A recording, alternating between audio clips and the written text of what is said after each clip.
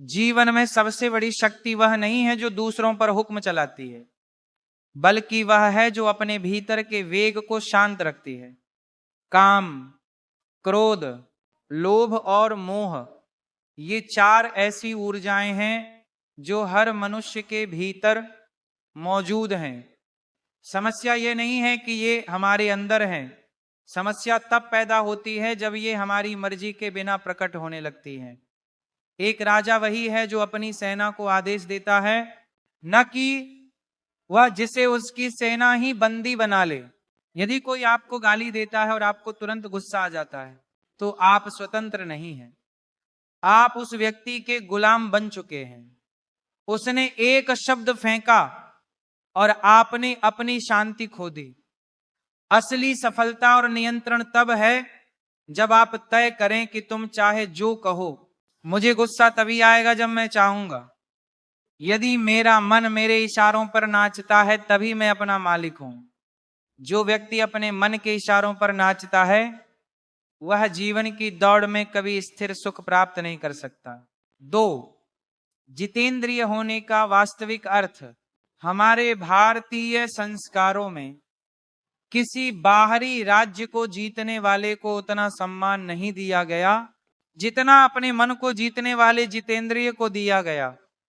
हम उन राजाओं के वंशज हैं जिन्होंने राज्य का त्याग कर दिया ताकि वे अपने भीतर की शांति को खोज सकें। पूछो उन सम्राटों से जिन्होंने सैकड़ों युद्ध जीते, क्या वे खुश थे? नहीं, क्योंकि जब तक मन अशांत है तब तक करोड़ों की दौलत भी धूल के समान है। सुखी केवल वही है जिसने अपने मन के घोड़ों की लगाम कस रखी है। क्रोध आना चाहिए, लेकिन वहां जहां उसकी जरूरत हो। लोभ होना चाहिए, लेकिन केवल अपनी मेहनत के फल का। वासना होनी चाहिए, लेकिन केवल अपनी मर्यादा के भीतर। जब यह नियंत्रण आ जाता है तो मनुष्य साधारण से असाधारण बन जाता है। 3, लोभ और नैतिकता का संघर्ष। मन को वश में करने की पहली परीक्षा लोभ है। धन की आवश्यकता सबको है, लेकिन अनैतिक धन मन को कभी शांत नहीं रहने देता। यदि आपके सामने 1 करोड़ रुपया पड़ा हो और वह आपकी मेहनत का नहीं है तो उसे देखना भी पाप है। मन को ऐसा अनुशासित करो कि वो अपनी मेहनत के 1 रुपये को तो अपना माने, लेकिन दूसरे के करोड़ों को माटी समझे।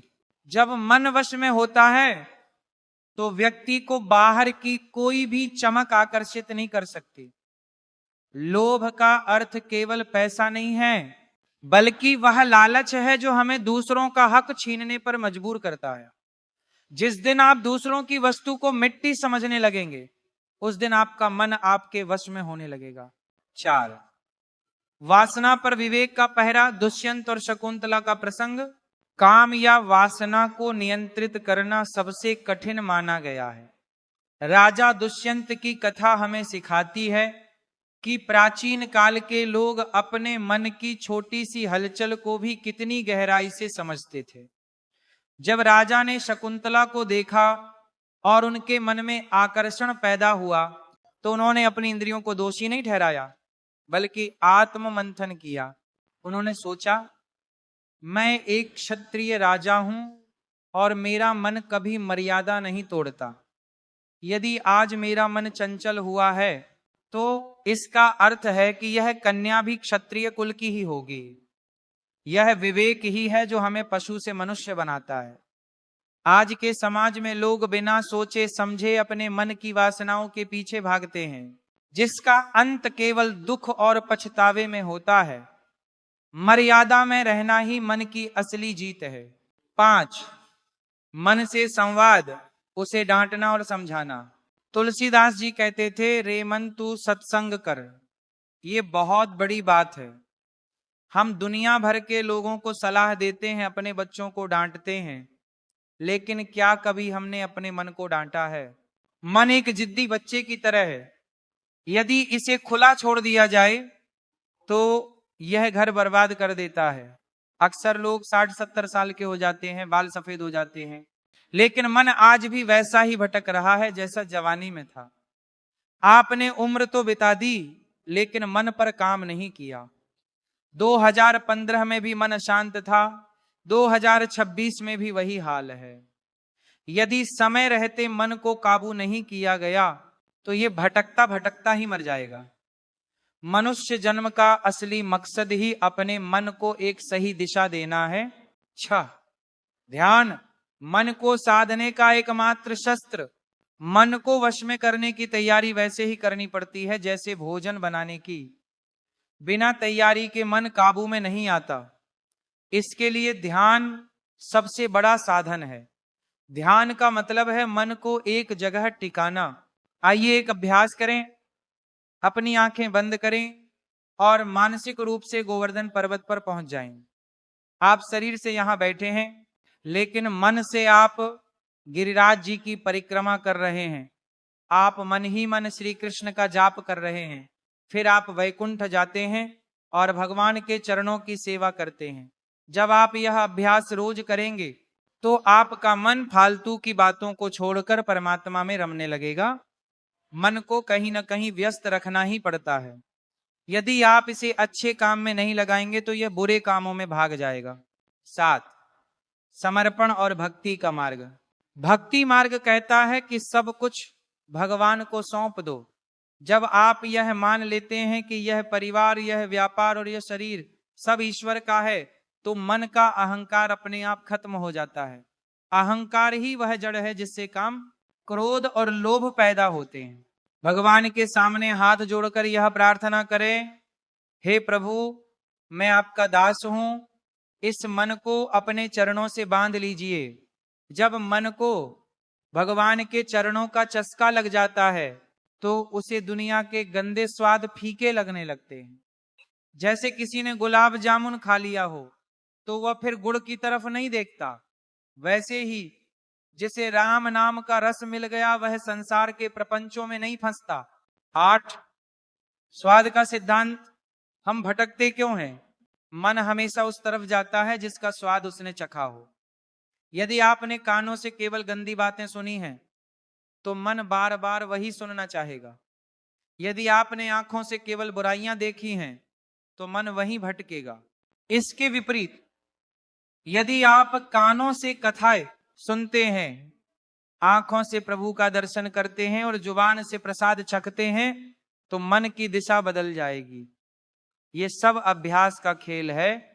जिसे पराई स्त्री या पराये धन का स्वाद लग गया उसे फिर कोई नहीं समझा सकता, लेकिन जिसे ईश्वर की भक्ति का स्वाद लग गया वह फिर कभी गलत रास्ते पर नहीं जाएगा। 9 मन ही स्वर्ग और मन ही नरक है। सच्चाई यह है कि नरक और स्वर्ग बाहर नहीं, हमारे भीतर है। एक शांत मन ही स्वर्ग है और एक अशांत लालची मन ही नरक है। यदि आप आज दुखी हैं तो किसी और को दोष मत दीजिए। आपका अपना मन ही आपके दुख का कारण है, क्योंकि वह आपकी बात नहीं मान रहा। चाबी से ही ताला खुलता है और चाबी से ही ताला बंद होता है। मन वह चाबी है जो आपको संसार के बंधनों में भी डाल सकती है और आपको मोक्ष भी दिला सकती है। यदि मन परमात्मा की ओर घूम गया तो कल्याण है, और यदि संसार की ओर घूम गया तो विनाश निश्चित है। 10 जीवन का अंतिम लक्ष्य और संकल्प। हम यहाँ केवल खाने, सोने और बच्चे पैदा करने नहीं आए हैं। ये काम तो पशु पक्षी भी बड़ी निपुणता से करते हैं। मनुष्य होने का गौरव तभी है जब हम अपने मन के मालिक बने। आज से संकल्प लें कि प्रतिदिन कुछ समय मौन रहकर अपने मन का निरीक्षण करेंगे। मन को मारना नहीं है, उसे मोड़ना है। उसे डांटिए, उसे मारिए और उसे समझाइए। जब तक आप अपने मन को कंट्रोल नहीं करेंगे तब तक आप सफल नहीं कहलाएंगे। जिस दिन आपका मन आपके इशारों पर रुकने लगे और चलने लगे, समझ लेना कि आपने जीवन जीत लिया है। परमात्मा ने आपको यह सुंदर जीवन दिया है, इसे व्यर्थ की चिंता और भटकाव में न गंवाएं। अपने भीतर के मंदिर में भगवान को बैठाएं और मन को उनका द्वारपाल बना दें, तभी आप इस संसार में सुखी रह पाएंगे और अंत में शांति को प्राप्त करेंगे। निष्कर्ष, मन को साधना एक दिन का काम नहीं है, ये पूरी उम्र की तपस्या है। लेकिन इसकी शुरुआत आज से और अभी से हो सकती है। जो मन को जीत लेता है वह जगत को जीत लेता है।